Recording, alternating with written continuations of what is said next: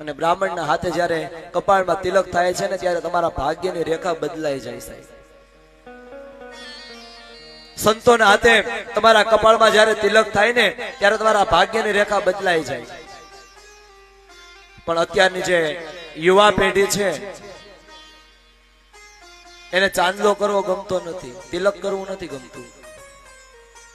અને ક્યારેક કોઈ સારા પ્રસંગે બ્રાહ્મણો છે એના તિલકમાં ચાંદલો કરવા જાય ત્યારે બ્રાહ્મણને ના પાડી દે કે નહીં, મારે કપાળમાં તિલક નથી કરવું। પણ ખબર નથી કે બ્રાહ્મણના હાથે, સાધુ પુરુષોના હાથે, સંતોના હાથે જે તિલક થાય છે ત્યારે તમારા ભાગ્યની રેખાઓ બદલાય છે। એટલે ક્યારે આવા સાધુ સંતો, મહાપુરુષો, વડીલો આપણને તિલક કરતા હોય ત્યારે ક્યારે તિલક કરવા ના ન પાડવી। અને આપણને એવું લાગે કે જો હું તિલક નહીં કરું તો હું વધારે સારું લાગી, પણ તિલક કરશો ને તો તમે જે લાગતા હશો એનાથી વધારે સારા લાગશો।